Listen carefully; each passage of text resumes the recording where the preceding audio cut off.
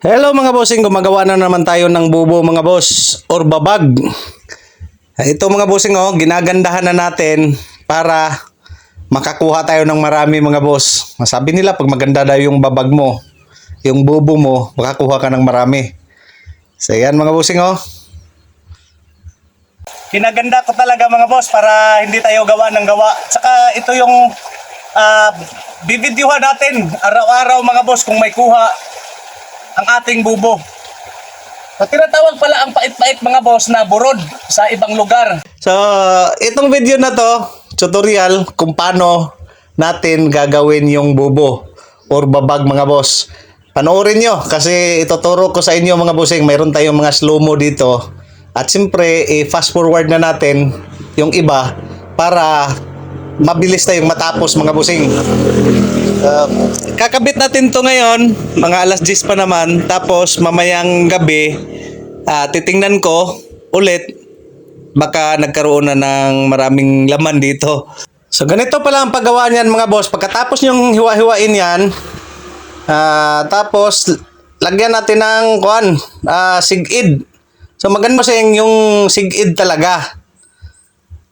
Kasi ito mga boss, nito napaka tigas nito mga bossing, mahirap itong pero matibay din naman tong nito mga boss. Wala kasing sig-id dito na available at saka yung mga kinukuha kong ibang baging, po yan, ugat ng miracle fruit. Miracle fruit dito sa Davao, yung malalaking prutas mga boss na parang suha. So ganyan lang mga bossing Tingnan nyo muna yung step natin. Yan. Yan mga boss. Tapos, parang gumagawa ka lang ng mga boss, lubid. Tapos, kukunin mo na naman yung isa. Yan mga bossing. Yan, ipasok mo sa ilalim. Yan, mahirap lang mga bossing ang pinaka starting nito. Kasi may malapit sa pinakadulo ng kawayan, no? So yung isa na naman mga boss, yung hawakan nyo, tsaka yun na naman ang ipailalim nyo. Yan, tapos ganun din sa kabila. O yun na naman hawakan nyo na mga boss, yan na naman ulit. Tapos ipailalim ulit. So ganun mga boss, hanggang sa ikot nyo mga bossing. So, yan isa na naman mga boss, yan ginawa ko na naman yung sa ilalim. Yan na naman pinapailalim ko hanggang sa maikot. Fast forward natin mga boss. Kaya pala tayo nag-rayban mga boss kasi dito sa ilog, grabe napakaraming hook or tagnok. Hindi ko alam mga boss sa Tagalog yan mga boss kung ano yung tagnok, yung maliliit na parang langaw na maninipsip ng dugo sa mata mo. So marami dito mga bossing. Hindi natin alam sa Tagalog, kaya lang naman natin to tinagalog mga boss kahit nahihirapan tayo sa kalisod para makakaintindi din ang mga nakafollow natin sa ibang lugar mga bossing. Yan mga bossing, sana nasundan nyo ako. Yan na yun. Nakalagay na tayo ng isang paikot na sig-id or baging. So dito na naman tayo bandang gitna mga boss. So the same procedure mga bossing, ganun din. Pailalim tapos kuhanin yung kuhan, tapos pailalim na naman yung sig-id.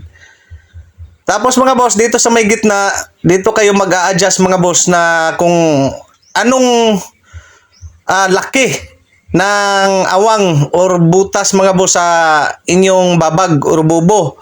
Kasi pag nilakihan nyo ng mabuti mga boss, bahagya, ang makukuha lang nun ay yung mga malalaki lang din. Tulad ng mga dalag o hito, ayan. Dapat mga bossing, depende kung anong gusto nyong kukunin. Sa atin mga boss, burod or pait-pait ng ating kukuhanin dito. Wala naman masyadong tilapia dito mga bossing. Ay liliit na natin. So, hindi lang masyadong maliit mga boss. Sayang din naman yung mga maliliit na isda, madadamay, makukuha. Papalakihin muna natin yon. So, ganito rin mga bossing. Yung tinuturo ko, yung slow mo natin kanina, ganon din. Hanggang sa umikot siya. Paikot. So yan mga bossing oh. So hanggang sa may pinakadulo nito mga boss, may pinakabukana na. Bukana. Oo. Sa pinakadulo nito, ganun din ang gagawin nyo mga bossing. Pero sa may dulo, dadamihan nyo na. Damihan nyo na mga bossing kasi yun nga, kailangan natin dito magpalaki ng bibig ng ating bubo or babag para makasahod siya ng tubig. Malaki yung kuha niya, puwerta. Yan mga bossing oh. Yan na. Yan na yun. Di ba? Ang bilis lang. Pero ginawa ko to mga bossing 30 minutes.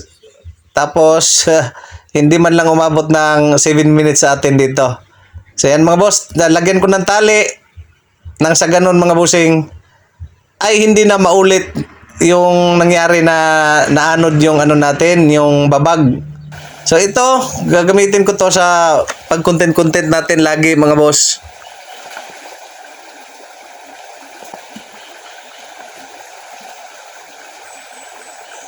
So ito na yan mga bossing, nagkabit na naman ako ng panibagong bubo.